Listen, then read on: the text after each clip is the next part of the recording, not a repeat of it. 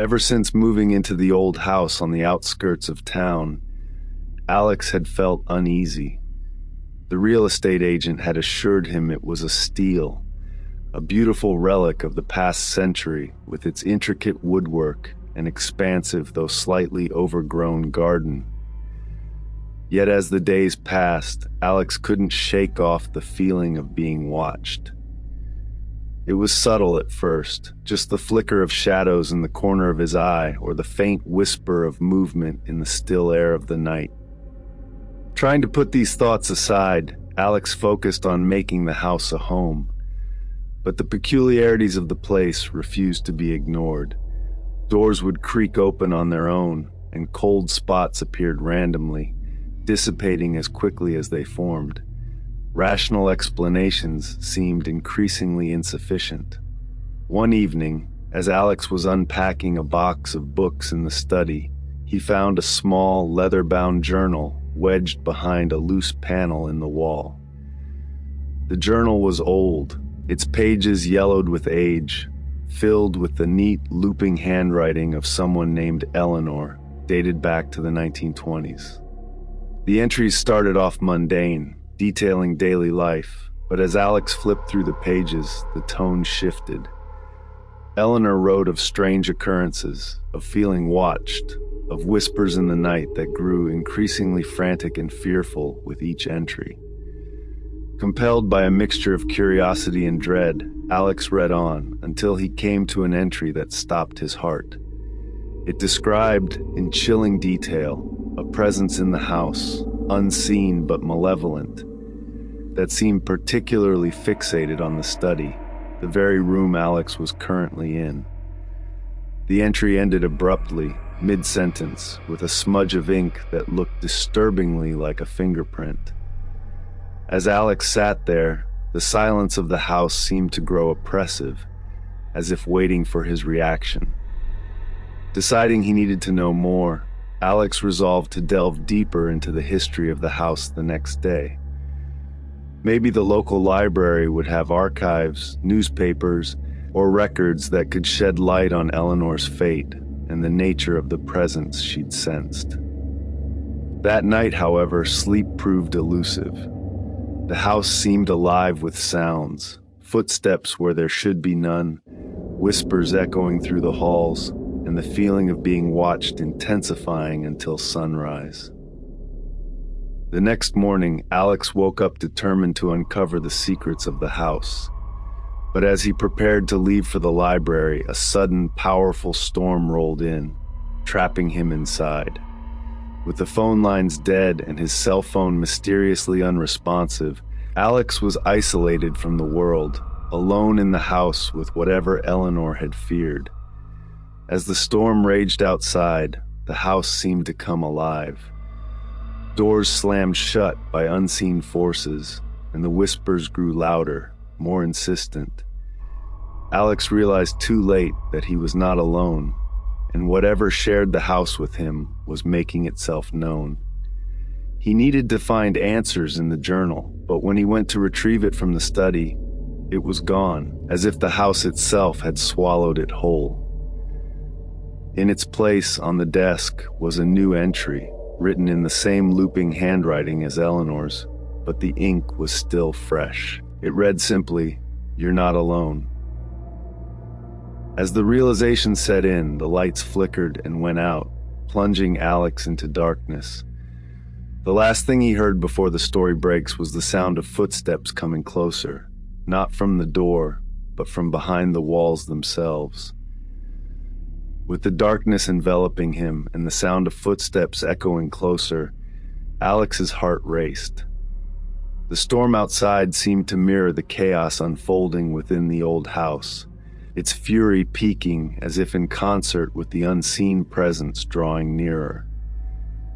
Straining his eyes in the blackness, Alex could just make out a shift in the shadows ahead, a darker silhouette against the dark, an impossible depth that seemed to consume the faint light struggling through the storm-laden windows. Panicked yet determined, Alex remembered the flashlight he had left in the kitchen.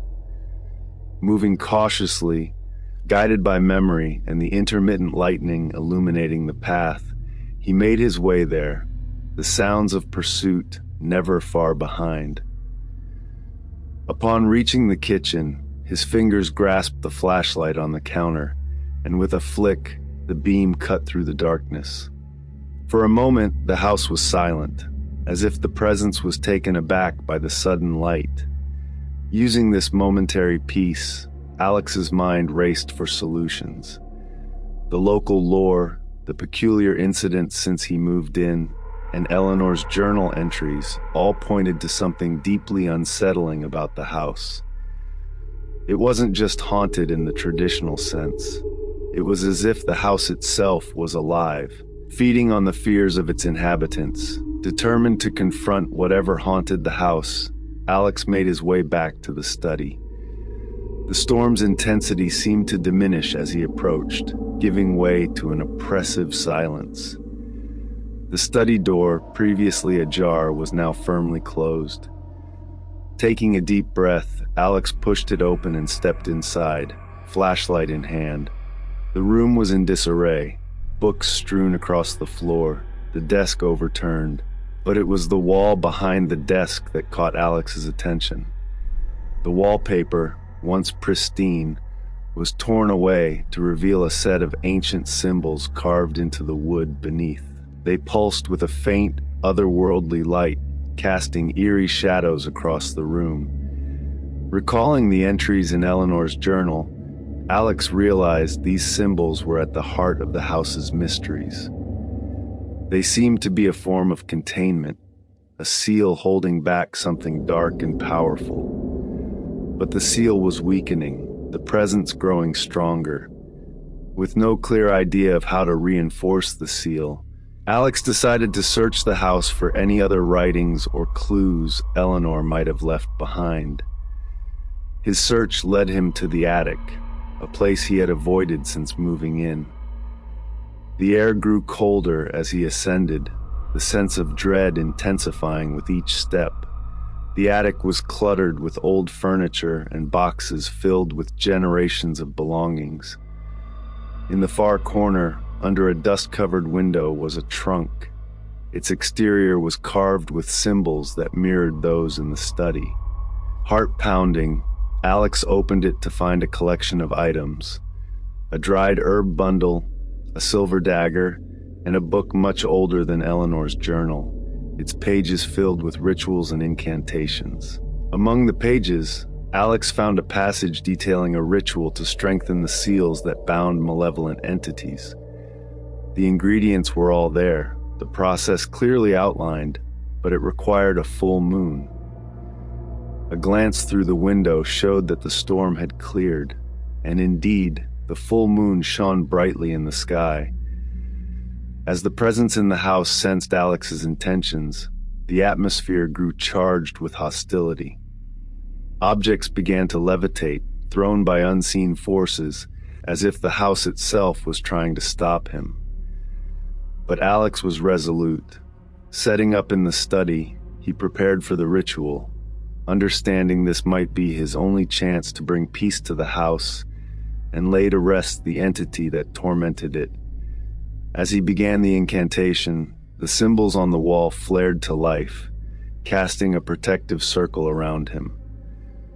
The presence assaulted the barriers with increasing fury, but Alex pressed on, his voice steady as he recited the ancient words. The battle of wills between Alex and the entity reached its climax as the ritual neared its end. The air thrummed with energy, the outcome hanging in the balance. As Alex's voice reached the final incantation, the house shook with the force of a tempest, the air crackling with unseen energies.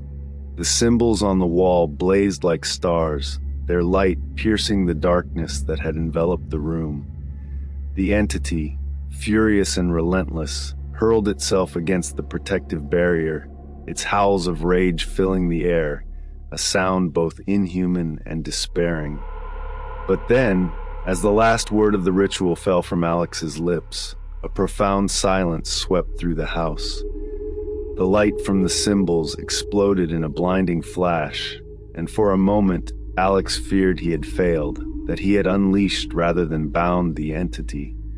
When his vision cleared, he found the study serene, the air no longer oppressive but light, almost purified. The symbols on the wall faded to a gentle glow before disappearing entirely. Tentatively, Alex stepped outside the circle, half expecting the entity's wrath to descend upon him. But the house remained still, peaceful as if it had finally exhaled after a century of holding its breath. Confused but relieved, Alex began to explore the house, finding no trace of the malevolence that had stalked its halls. The whispering shadows, the cold spots, the feeling of being watched, all had vanished. It seemed the ritual had succeeded. The entity was bound once more, its presence erased from the house.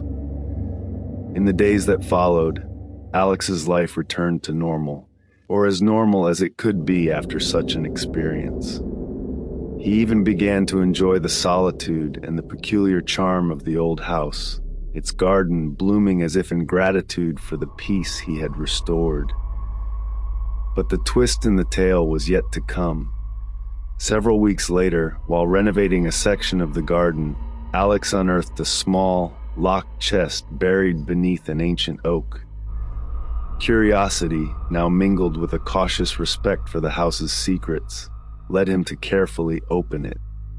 Inside, wrapped in a velvet cloth, was an object that made his blood run cold, a mirror, its surface shimmering with a depth that seemed impossible, almost liquid.